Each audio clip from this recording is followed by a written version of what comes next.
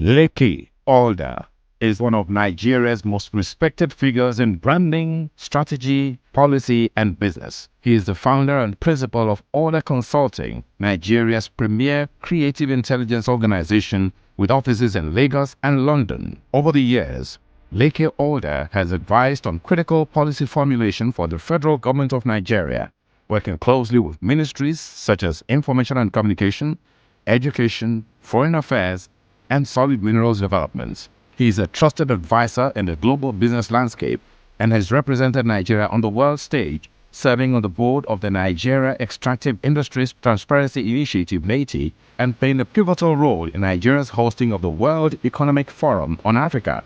Leke Alder's thought leadership has been sought at some of the world's most prestigious forums, including Harvard Business School, Wharton Business School, and Kellogg School of Management. Leke Alder is an accomplished author and philanthropist. He supports 9 orphanages through his Leke Alder Foundation and has provided food aid, medical finance, and scholarships to over 150,000 individuals. Leke Alder's contributions span diverse fields, yet his work is unified by a commitment to empowering people and promoting excellence in leadership. Coming up now, ladies and gentlemen, is our next speaker at the Excellence in Leadership Conference ELC 2024, Leke Alder. Thank you. Thank you. Can you hear me? Please be seated. Please be seated. Thank you to all those who prayed for me and are still praying for me, I hope. Now, we're talking about leadership this morning, and one of the most difficult things in my line of work is definition. But for you to understand what I'm going to be doing today, I want to teach leadership from a backward perspective, word opposite that perspective. So if I tell you white, what do you think I'm talking about? Okay, now can somebody from our school, one school, I want a very tall lady from a school and a very small man from a school.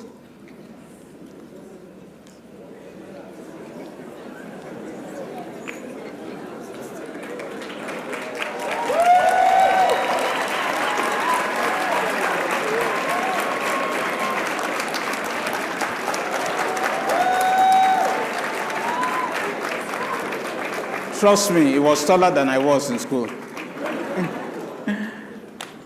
Okay. Okay.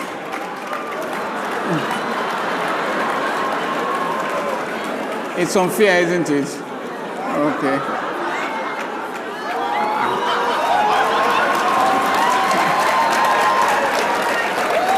Now, he reminds me of me when I was in school.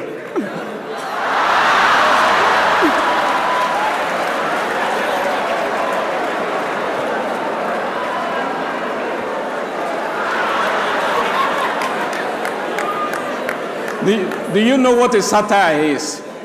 You know what a satire is? Can I have the definition of satire?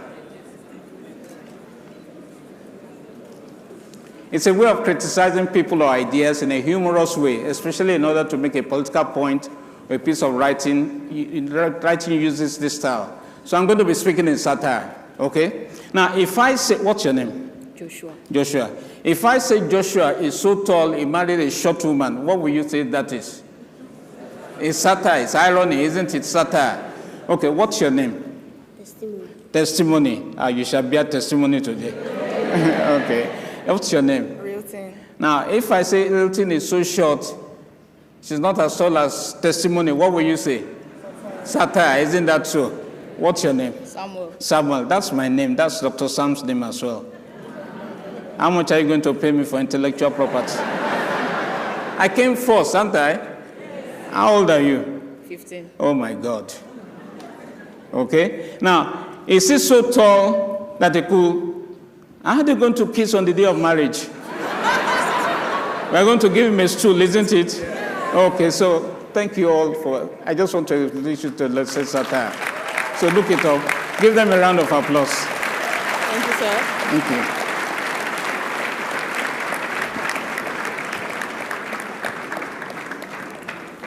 So here I have, Mrs. Alder doesn't know this, but I stole Gary from the house.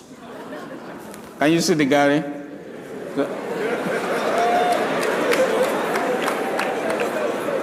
Now, the reason is, just in case Pastor Leke is not around, and I'm left with Pastor Sam, he may not feed me. So I brought my Gary. Now, Gary is a rare commodity, and I'm going to use it to illustrate something to you. In when I was in secondary school, we used to call it Garium sulfate. That's the formula on the screen. Okay?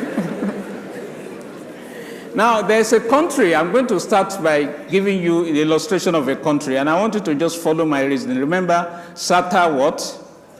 Satire what? Satire, okay? So, there's a country in which, you see, this is a rare commodity. It's not grown all over the world. Is it?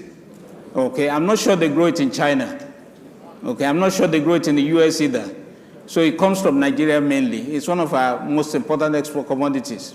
So it's a very rare commodity. Okay, now let me take water.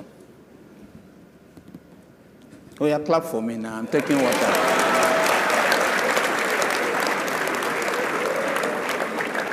I hope the cameraman captured the claps. If you don't, why? Please warn this man.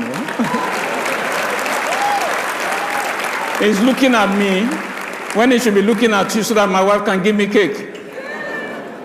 Okay. Now, there's a country where a lot of Gari is produced. It's called the Federal Republic of Garinja.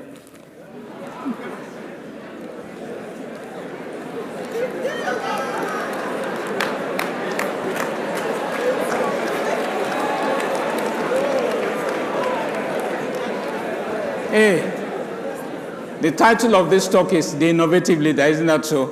So if I'm going to speak to you and I'm going to take leadership position, I have to be innovative, don't I? So there's Federal Republic of Garinja. Now, Garinja is so rich in Gari, so rich, and mineral resources, at least 42 mineral resources in that country. I know some of you think you know the map of Africa, but I'm telling you the new map of Africa is approved by the UN. Now, even though there's a lot of Gari in that country, for some reason, 70 to 80% of the people are hungry. So there's plenty of Gari, but not everybody is fed.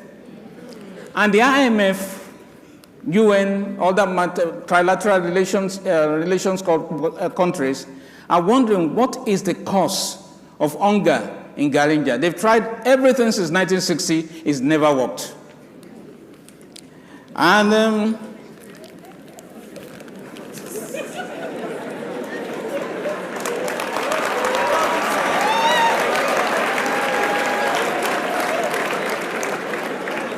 the problem is that Garinja is a country of contradictions. Okay? It's a democracy, but it's not a democracy because ballot boxes are snatched. It operates a federal system of government, but it's not a federal system of government. It's like unitary system of government.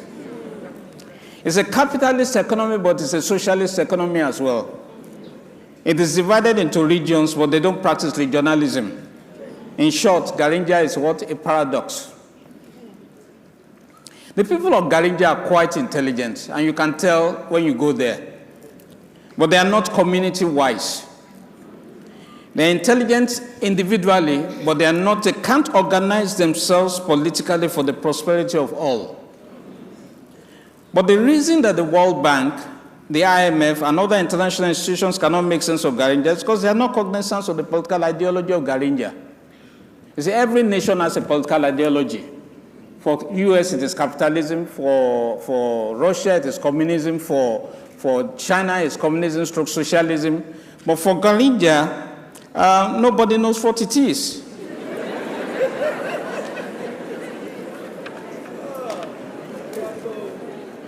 Now, I've consulted far and wide.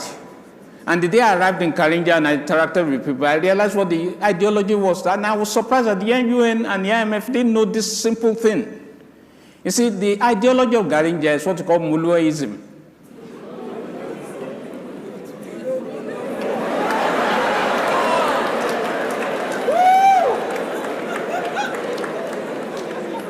How many people have been inside the Mulue? I thought you guys were going to pretend. I have never been in a Molue before. If I've ever been inside one, may God bless me.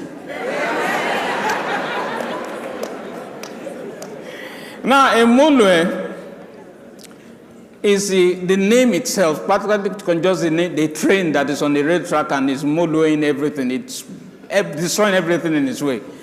And have you noticed, I know you've never been to Garinja, have you?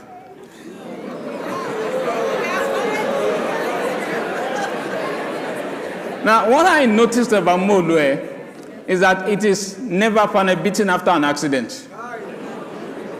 So when you jam a Molue jams you, the driver says, don't worry, let each person go and repair his car. Of course, nobody is going to repair any Molue because Molue is never repaired. Isn't that so? So if Molue has an image problem, okay? Now, a Molue is essentially a welded cabin of a Mercedes 911 truck to a fabricated fuselage of strange metal parts. It's designed to accommodate 70 bars. Fela Ransom Kuti said, or Adekunle Kuti said, it is 99 standing, 49 sitting. Now, there is no ticketing in Molue. So the passengers are trying to cheat the conductor is trying to cheat the passenger. And so passenger-conductor fights are very many. Now, sometimes, and this is based on training of the drivers, sometimes the driver, imagines himself as a pilot.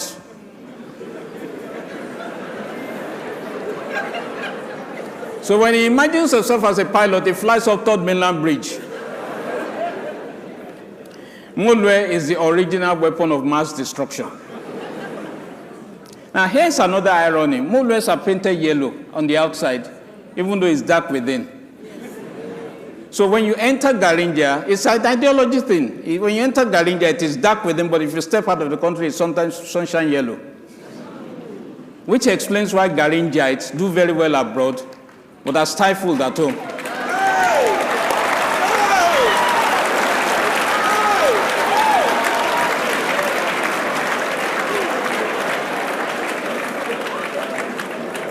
Now, the question that we need to ask ourselves is, what is Molueism?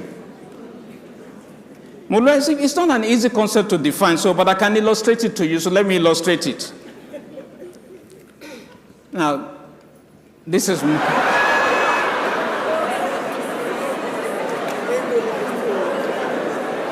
Why are you guys laughing? Please clap for me now.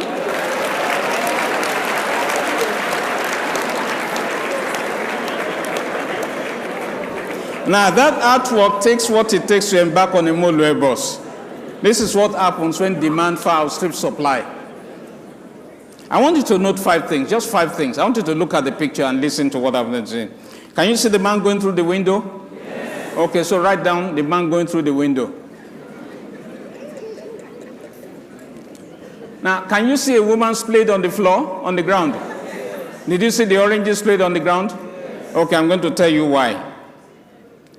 Can you see the pickpocket? Yes. The man in green is the pickpocket. Now, can you see the driver? Okay, so that is also important for you to note.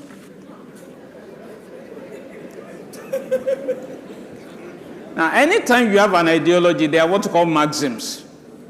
And Molueism is not a stranger to maxims, okay? So I'm going to give you the 11 maxims of Molueism, and that will explain why there's a lot of Gari in Garinja, but everybody is not felt. So 11 maxims. If you understand these 11 maxims, you'll understand leadership. And I want all of you to follow Molueism this afternoon. The first maxim of Molueism is impunity is legal. Oh, before we go too far, let me thank my daughter, Olamide, who did all the slides for me. And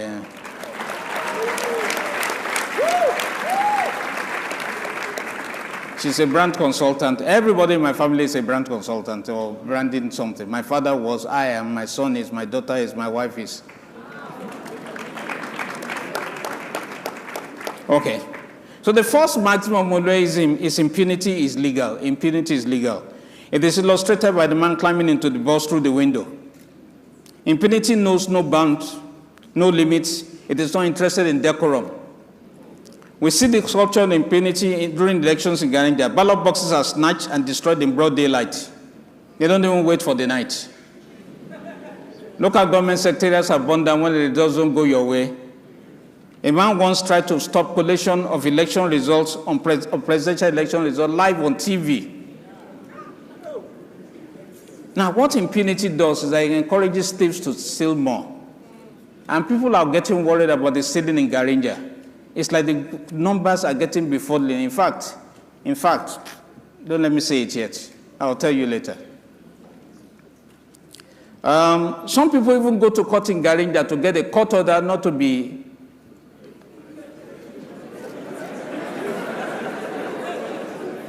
How do you get a court order not to be investigated by the police?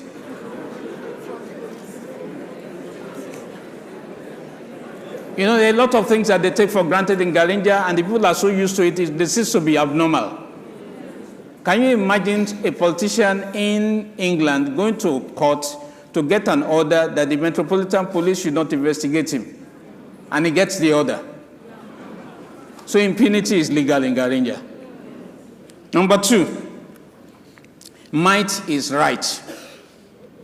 Indeed, might confers rights. This is why a big man can lock up someone in the police cell without any due process, without any charges. You're just locked up there. And when elections come, you bring your thugs, I bring my thugs. You bring your hoodlums, I bring my hoodlums. You rent the police, I rent Wumpo. You bring the Air Force, I bring Army. Might is right, might confers rights. The third maximum of Moloism is economic loss. Now, this is a bit wordy, and this is about economics. Economic loss or loss of productivity is never quantified at the national level. Economic loss of productivity is always quantified at the individual. Now, remember the woman who fell down in the Molue with the oranges spilled on the ground? Is it to the national purse or to her personal purse? Her personal purse. So, economic loss is never quantified at the national level. It's always quantified at the individual level. That is why, and you guys may have been wondering about this, that is why you can be in year 7, part 2 in the university.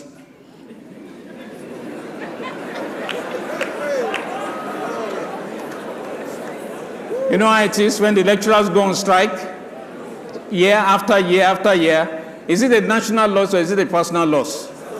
It's a personal. The economic value or loss of productivity is never quantified at the individual level. Okay? How many holidays do they have in Garanja? Can you guess?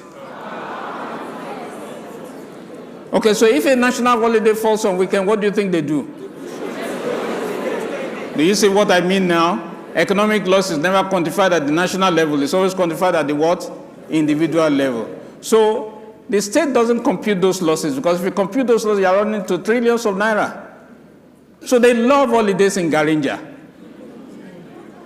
They even celebrate democracy twice.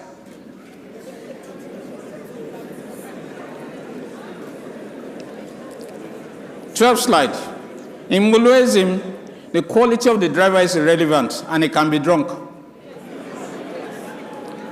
So I understand that in Garanja they have about 270 universities.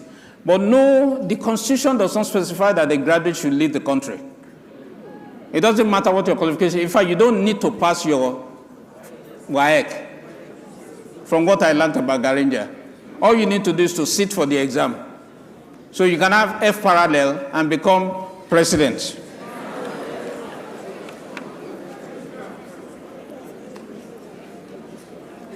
Now remember I told you that the Molo drivers can be drunk. Now in Garanja, when the drivers are waiting for embarkation, when people are embarking, the driver sits with the ogogoro seller and gets drunk. Okay? So, because that driver can become president, what now happens is what we call policy incoherence. So you can go to bed one night and be a legitimate importer of furniture and wake up the next morning and you have been banned. And while you are setting up factories to locally manufacture, what happens? They unban you again. So there's policy incoherence. because the driver of Molue is allowed to take Ogogoro. Number 5. In Molueism, national image is irrelevant. This is typified by the battered Molue buses. Molues are never panel beaten. National identity, see, let me explain. If you've been traveling and you get to an international border, you see the American. It's almost like you say, hey, this is me, American, this is my passport, and they say, okay, pass through. Then a British person comes, say, oh, I know you, please pass through. Then a Garinja, it comes, step aside.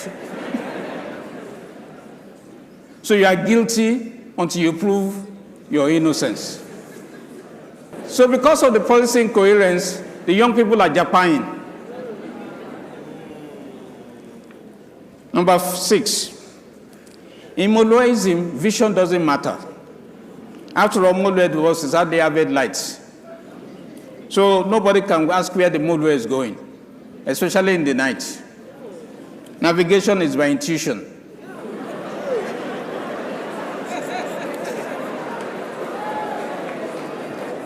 In fact, it is illegal for you to ask what the vision of the country is.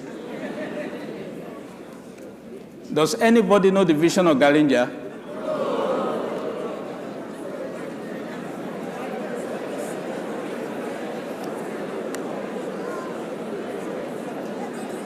Okay, number 7. I'm teaching you Molueism, the ideology. In Molueism, there's no maintenance culture, but there's maintenance budget.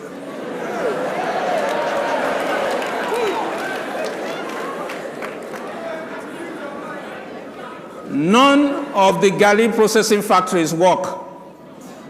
So they import Gari.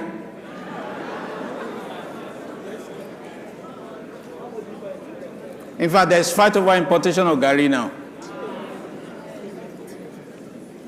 Number 8. In Molueism, metrics don't matter. Molues have no dashboard. When they have dashboards, it never works. So the driver doesn't know at what speed he's going. He doesn't know whether there's oil. He doesn't know whether there's petrol.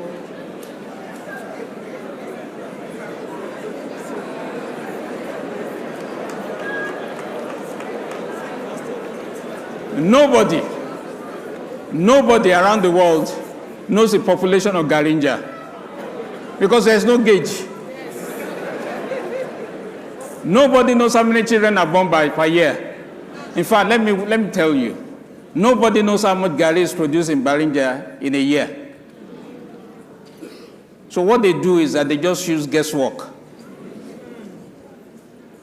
Because if you don't have statistics, how can you plan?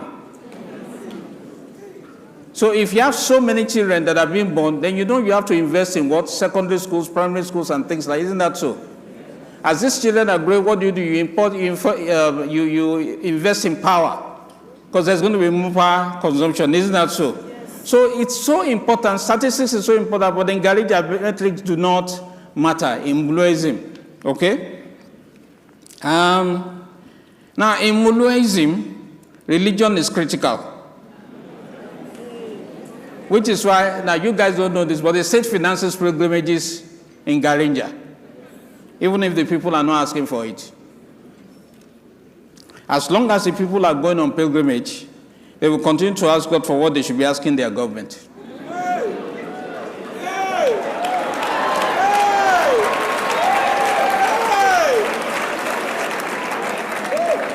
And sometimes the elected representatives have assumed the principles of God.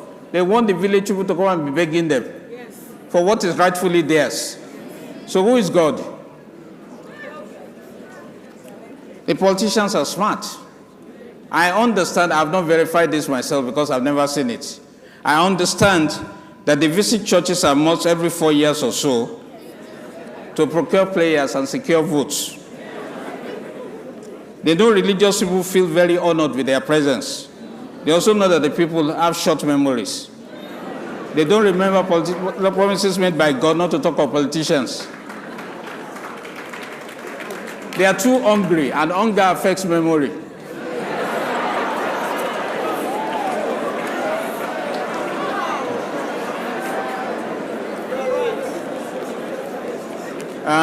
still talking about miracles. Listen. 40 billion Garingites. 40 billion, that's the money in Garinja. It's called Garingite. 40 billion miraculously turned into a goat. And you guys don't believe in miracles.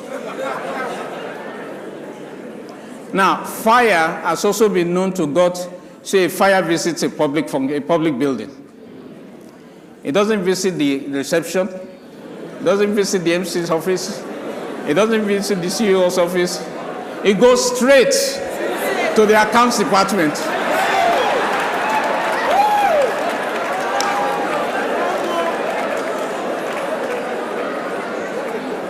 I have been a Christian since 1981.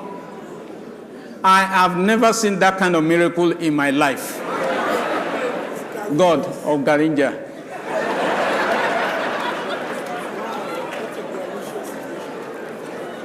Number 10.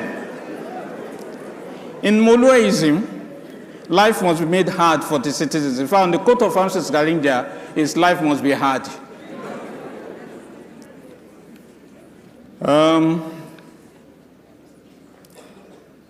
You see, when you make life hard, it will make the citizens to appreciate government. And so when you're applying for passport, it must be hard. You want to sit for exam, it must be hard. To get driving license, it must be hard. I didn't say so, you said so. In fact, to vote during elections,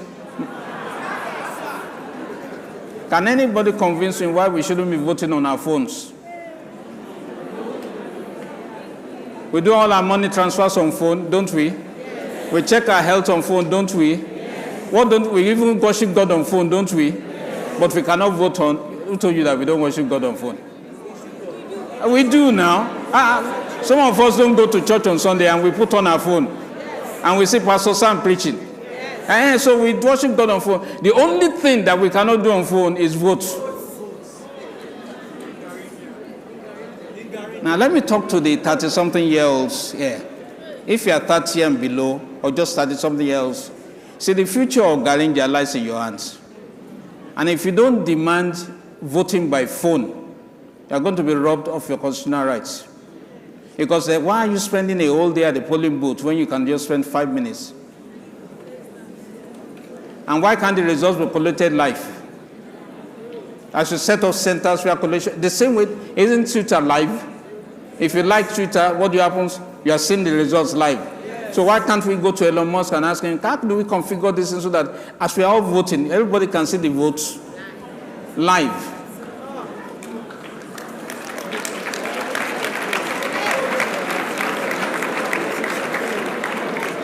How is it possible? How is it? And I'm planting very dangerous ideas. Because if you don't, the gerontocracies are going to keep on robbing you of your rights.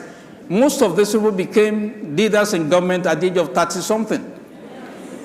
Go through Nigeria's history. I'm 60. And people older than me are still controlling things. Whereas the young people constitute the majority of the country, how does it make sense that they're not represented in government? But I'm not saying anything.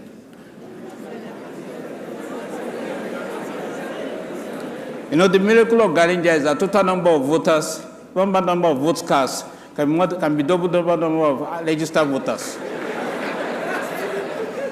You guys believe in God. There is God, though. In fact, I make bold to say that what God cannot do,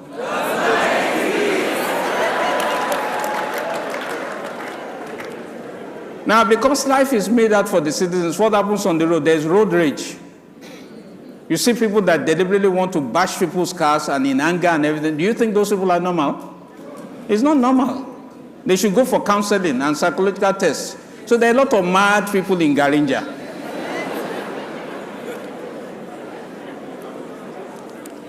And here it is. The fight is Garinja. Because of all this hardship, the fight in Garinja is so much that people even fight inside Molue.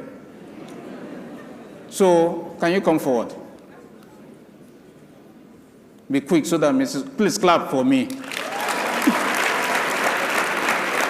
Do you know how to fight in a Molwe? This man doesn't know how to fight in a Molwe. Okay, let me tell you how it starts. You don't see anything, you say, open the window. You shut the window. Isn't that so? Then what do I say? Do you know who I am? I witnessed one, and I'm telling you the truth in God. The guy said, do you know who I am? The other guy said, who are you? And the guy responded, let me tell you, my brother is a medical doctor at Tinkan.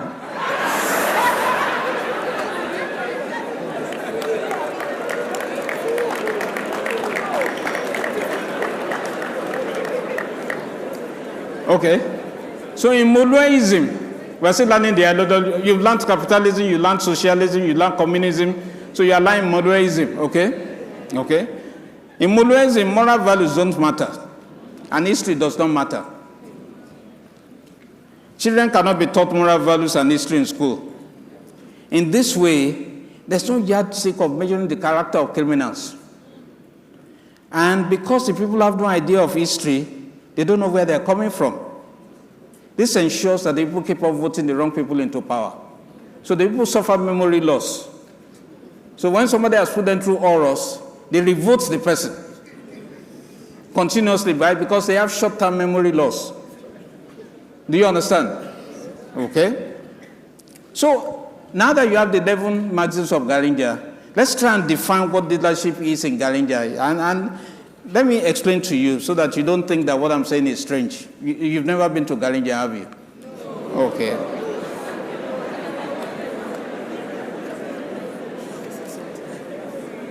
Now, in trying to define leadership, don't listen to what Dr. Sam says to you. He doesn't understand leadership. I know he has a PhD in it, but he doesn't understand it. Okay, now this is how you arrive at definition of leadership. Now, Garinja used a dictionary called word opposite. So in Garinja, okay, that's what we call Garintionary. Okay? Now, bad is what? Backward is what? Divisive is what? Unity. Cheating is what? Smartness. A 4199 is a social influencer. Indeed, the excessive and auctionable pay of senators is poor pay. And band A means band C, and band C means band A. Unitarianism is federalism. A godfather means father governor. So the difference between Dr. Sam's definition of leadership and Garinja's definition of leadership is that he sees leadership as service. In Garinja, leadership is defined by power. You understand? You don't need to have moral values. You don't need to have any of those things. Just be in power. And so in Garinja dictionary, a leader, I'm giving you the right definition now. I told you, don't listen to Dr. Sam. In Garinja, and I want to read from the dictionary now. A leader is someone with no moral scruples, who leverages power and the accoutrements of power to oppress the people and selflessly appropriate their heritage. He lies constantly, makes vague promises, is only concerned about himself, his family, friends, and acolytes, and establishes stolen money in a foreign bank account. That is the definition of a leader in Garinja.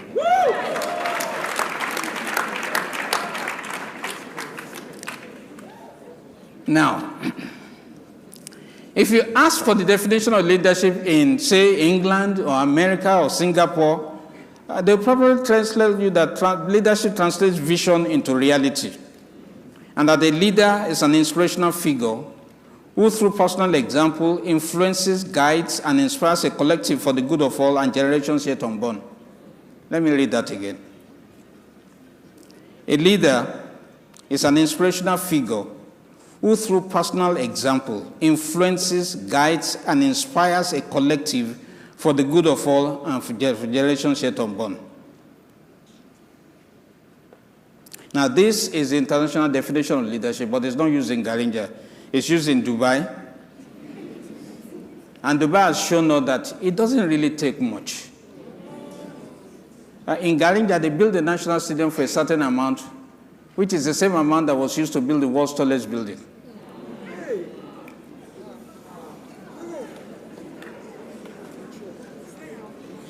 And we have seen that it is possible to transform a nation in a generation. It doesn't need to take 100 years.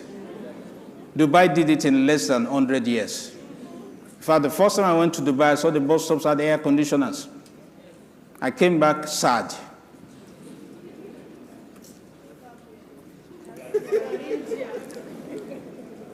What is troubling me is that in Garinja, they waste the lives of youths in installments of 4 years. So their hope is raised up 4th year, then it's dashed the next year until the 4th year again, then it's waste. They just waste their lives in 4 years. Installments. Calculate your age and divide it by 4. And you see the level of waste. You can plot your graph.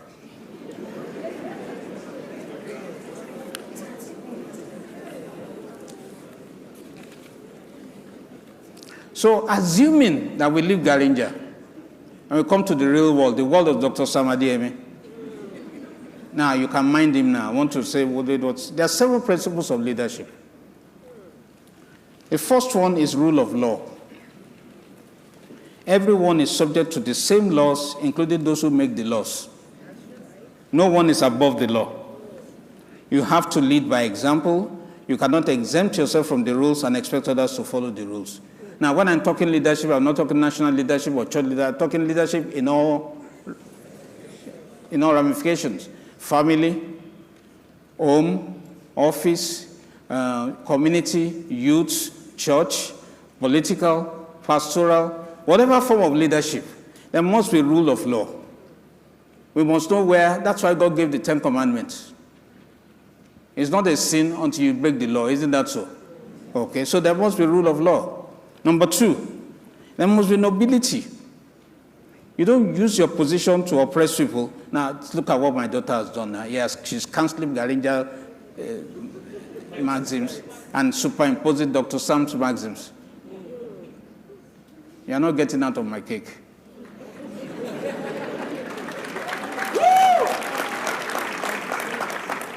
So number 2, mobility. You do not use your position to oppress people. You are honest and you have integrity. You understand people you are leading and take them into consideration when you make decisions. Number 3, accountability. You understand what it means to be accountable for your decisions and actions. Now go and study the history of banking in Garinja. A lot of the banks that failed was because there was no accountability at the top. So there was a lot of insider trading, insider loan agreements, and all sorts of things. And what happens? The banks just got wrecked. You can't have a system that has no accountability and expect it to succeed.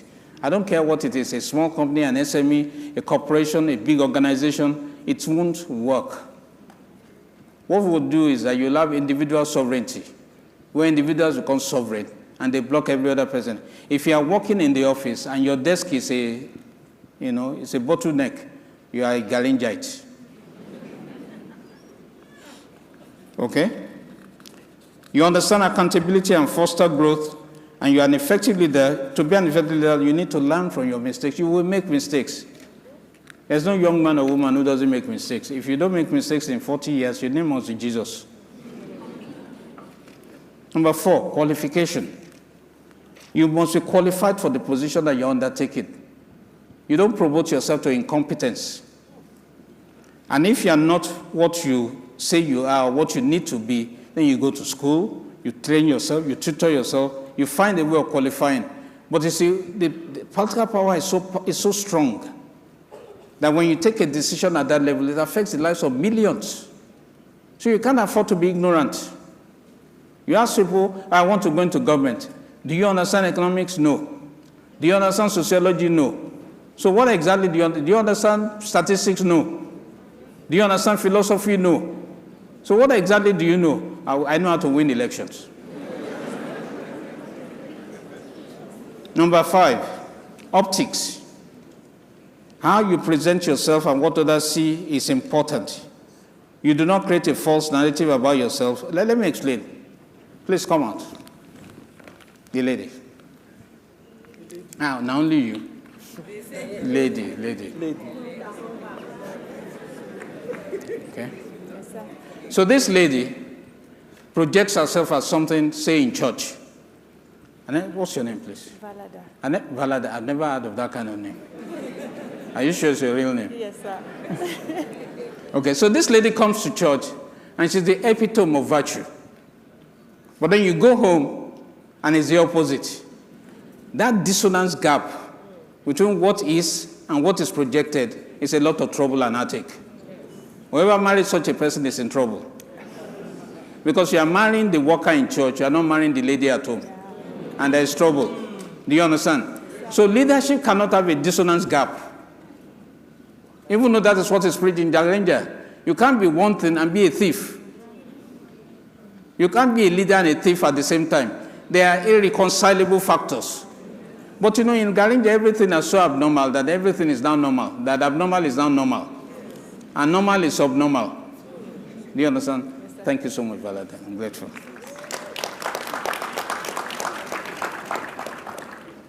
Number 6, you have to have vision.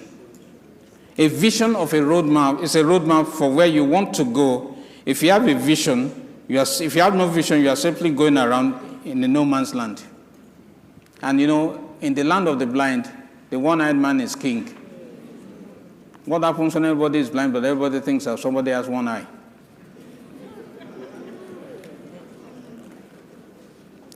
Once you have articulated the vision, you must work towards it to achieve it. Number 7, morality matters. You understand the difference between right and wrong. You do the right thing. You have values and you abide by them. You enforce them. You spurn corruption. You value honesty. You are straightforward. You do not deal in moral ambiguities. It's not, it's not really black and white. There are 356 shades of gray. You understand? There can't be moral ambiguity. There must be objective definition of something. When Jesus came, he said, I am the truth. In other words, I'm the objective definition of what is true. But if he says, I'm a truth, then you have your truth, I have my truth, Jesus has his truth. So that's relativism of truth. Isn't that so? But in leadership, there should be no moral ambiguity. That's what they have in Singapore. And that's what transformed that country from a backward economy into a first world economy. So what are the factors militating against leadership? I just want to reel those off so that you can understand, and then I will go and sit down. The first factor that militates against leadership for young men and women is fear of success. There are those who are afraid of success. The second one is fear of exposure. You like your privacy so much, you don't want to be investigated, you don't want to be spoken about, you don't want to be tweeted about. You can't be a leader and not have that. Number 3, fear of inadequacy. Number 4, fear of accountability. Number 5, fear of death. They will kill me. And then low self-esteem. And lastly, imposter syndrome. When you think everybody is better than you, and you are the only one who is not good. So, the big question I want to ask is, in your home, in your business, in your profession, which leadership model do you subscribe to? Garinja or international? I want to thank you so much for listening. God bless.